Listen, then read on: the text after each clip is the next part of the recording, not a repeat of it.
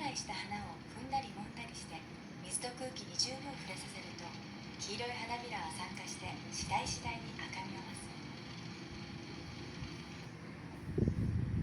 す。さらに 2,3 日寝かせれば花は発酵してすっかり赤くなり、粘り気を帯びてくる。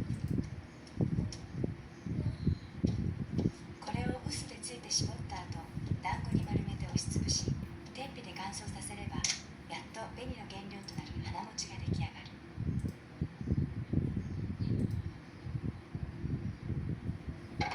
絞り出した廃液も昔は無駄にしなかった。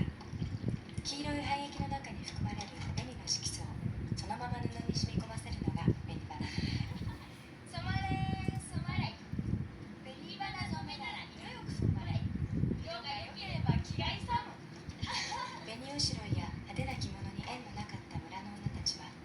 この紅花染めをしてつつましい暮らしに彩りを添えたという。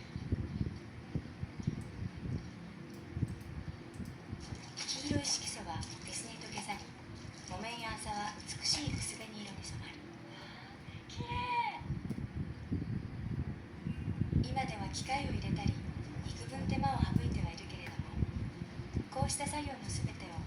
毎日花摘みをしながら繰り返す。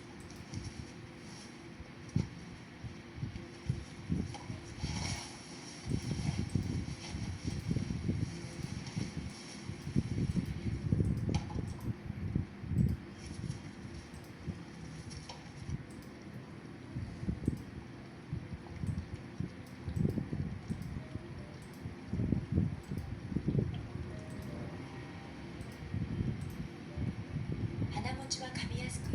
花は摘み時があって待ってはくれない。やっと摘み終えて振り返ってみると、いつの間にかまた新しい花が咲いている。梅雨の雨は容赦なく降り注ぎ、時には仕事が深夜に及ぶこともある。あっという間に一日一日が経ち、私は快く疲れ、遠い昔の花摘みを